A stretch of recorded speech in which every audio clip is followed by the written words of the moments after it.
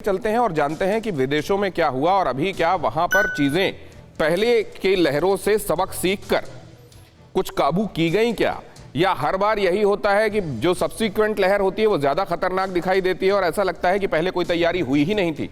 सबसे पहले डॉक्टर धीरज, क्या स्थिति है वहां अभी? नमस्कार, thank you for having me on the show. और बहुत इंपॉर्टेंट क्वेश्चन आपने टच किया है। तो अगर हम अमेरिका की बात करें तो अभी we are not into the third wave, हमारे नंबर्स काफ़ी नीचे आ चुके हैं। देखिए, कई क्राइटेरियाज होते हैं। एक होता है एब्सोल्यूट नंबर कि कितने लोग इन्फेक्ट हुए हैं, वो बहुत क्लोजली यहाँ मॉनिटर होता है। नंबर 2, कितने लोग एसिम्टोमेटिक हैं, उनके टेस्ट नेगेटिव आए हैं, और कितने उनमें से ऐसे लोग हैं जो एक्सपोज थे।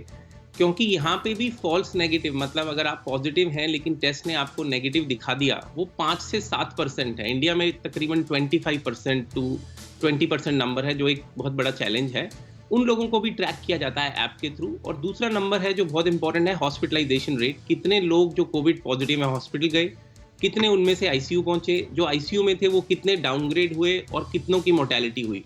उन नंबर्स को अगर आप ट्रैक करें तो हमारे नंबर्स अभी काफ़ी कम है। और एक और नंबर, आईसीयू में कितने बेड्स खाली हैं और हॉस्पिटल में कितने बेड्स जो कोविड एलोकेटेड हैं खाली हैं। तो ये पूरे इंफ्रास्ट्रक्चर के साथ अगर आप चलते हुए देखें तो अभी तक अमेरिका के अंदर थर्ड वेव के हमें आशंका नहीं दिखाई दे रही है। वैक्सीनेशन का दर आपको पता ही है, काफ़ी तेज़ी से यहाँ बढ़ाया गया। और अगर हम आज की बात करें तो हमारी तकरीबन एक डोज वैक्सीनेटेड फुली जो आबादी है 52% है, और फुली वैक्सीनेटेड जो 2 हफ्ते हो चुके हैं 2 वैक्सीन्स के बाद, जिसकी हम एक्सपेक्ट करते हैं 95% प्रोटेक्शन अगेंस्ट मोर्टेलिटी और आईसीयू, क्योंकि यहाँ ज़्यादातर फाइजर और मॉडर्ना की लगी हैं, 42.8% है। लेकिन अभी भी अमेरिका के अंदर तकरीबन 58% ऐसे लोग हैं जो फुली वैक्सीनेटेड नहीं है, और उसमें से तकरीबन 15% ऐसे लोग हैं जिन्होंने वैक्सीन लगाने से रिफ्यूज कर दिया है। 8 से 15% वो लोग हमारे लिए बहुत चिंता का विषय हैं। और अब क्योंकि मास्क हटा दिए गए हैं तो मैं एसिम्प्टोमेटिक कैरियर होके उनको दे सकता हूं। ऑल्दो काफी हमारे पास डाटा है जो मैं बाद में शेयर कर सकता हूं। डॉक्टर धीरज, मैं आपके पास दोबारा आता हूं। आपने बहुत महत्वपूर्ण जानकारियां दी हैं, इसको और इलेबोरेटेड तरीके से आपसे समझूंगा, लेकिन मैं डॉक्टर रंजीत के पास जाना चाहता हूं एक बात समझने के लिए कि यूके में क्या ये मान लिया गया है ऑफिशियली कि वहां थर्ड वेव ने नॉक कर दिया है, और क्या अब इसके लिहाज से तैयारियां शुरू हो गई हैं वहां? दीपक जी, देखिए, मैं आपको बताऊं, हमारा जो नंबर ऑफ केसेस है बढ़ने लगा है। लास्ट इस वीक में हमारा जो नंबर ऑफ केसेस है इन द हॉस्पिटल में 2000 का एडमिशन हो चुका है, यानी कि विद इन 1 वीक। और टोटल नंबर ऑफ जो केसेस हैं 6000 से यानी कि ज़्यादा हो गए हैं। और हमारा प्रेडिक्शन है कि जून 21 तक अराउंड 15,000 पेशेंट्स हो जाएंगे। हमारे नंबर ऑफ जो पेशेंट से ज़्यादा जो आ रहे हैं, यंग आ रहे हैं, जो जिनका वैक्सीनेशन नहीं हुआ है। तो वी आर मोर थिंकिंग कि may be the third wave is coming, और इसके लिए हमने यंग एज के लोगों को वैक्सीनेशन लगाना भी शुरू कर दिया है। मतलब कि जो 20 साल से ऊपर के हैं उनको वैक्सीनेशन लगाना शुरू कर दिया है। ठीक है। तो और हमारा जो लॉकडाउन सर, एक बात मैं आपसे जानना चाहता हूं, अगर ये माना जा रहा है कि ये शायद थर्ड वेव हो सकती है, अभी तक ये अंदाजा ही है कि शायद ये थर्ड वेव है, मैं एक बात ये जानना चाहता हूं कि ये जो केसेस हैं इसमें ब्रेक थ्रू इन्फेक्शन वाले कितने केसेस हैं जिनको वैक्सीन लगी उसके बावजूद केस हुए?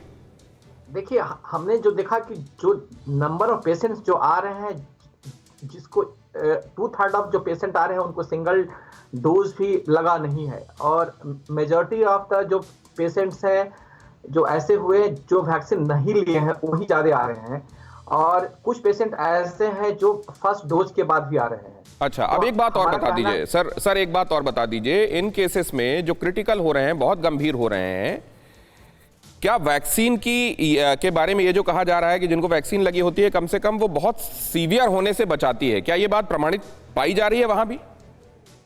जी हाँ, यानी कि जो देखा जा रहा है, जो पेशेंट्स आ रहे हैं, जो फर्स्ट डोज वाले जो भी आ रहे हैं वो आईसीयू में नहीं जा रहे हैं, मतलब कि वार्ड बेस्ड ही हैं ज़्यादातर। तो दैट्स ए गुड साइन कि vaccine is very effective. Sir, ये बहुत बड़ी खबर दे रहे हैं आप, और कम से कम हिंदुस्तान में इसके बहुत बड़े मायने हैं। 2 बातें डॉक्टर साहब ने बताई और ये बहुत ध्यान से सुनना चाहिए। डॉक्टर धीरज, मैं आपका इशारा देख रहा हूं, प्लीज परमिट कीजिए बाकी गेस्ट के पास जाके मैं आपके पास आऊं। मैं एक बात फिर से दोहरा देना चाहता हूं, बहुत अहम बात जो डॉक्टर रंजीत ने कही है वो ये कही है कि वहां पर इन्फेक्शंस बढ़ रहे हैं और ये तक अंदेशा है कि शायद ये थर्ड वेव है। लेकिन 2 बातें नोट की गई हैं कि जिनको दोनों डोसेज लगे हैं ऐसे लोग कम वहां पर बीमार होकर पहुंच रहे हैं, और अगर वो वैक्सीनेट होने के बावजूद बीमार हुए हैं तो कम से कम आईसीयू तक नहीं जा रहे हैं। और यह बहुत दिल बढ़ाने वाली खबर है कि वैक्सीन कम से कम सुरक्षा कवच दे तो रही है, लेकिन उसके बावजूद कुछ केसेस कम से कम इंडिया में ऐसे क्यों देखे गए, और जो कई नामी डॉक्टर्स के संदर्भ में भी देखे गए कि 2 डोसेज लगने के बावजूद वो कोरोना का शिकार हो गए।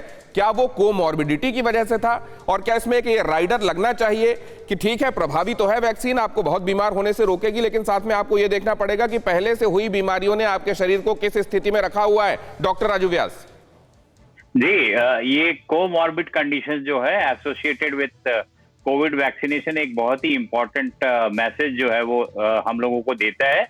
जैसा कि आपने कहा कि डॉक्टर्स की जिनकी बारे में अपन बात कर रहे थे, जिनकी डेथ हुई, उनको कोमॉर्बिड कंडीशन थी और उनकी कॉज ऑफ डेथ जो है वो कोविड नहीं रहा, मेरे को ऐसा जानकारी मिली है। उनका जो कॉज ऑफ डेथ था वो सेकेंडरी इन्फेक्शंस थे, जो कि किसी भी इम्यूनिटी के कम होने के नाते, इम्यूनिटी के होने के कारण से, कम होने के कारण से उनकी मोर्टेलिटी हुई।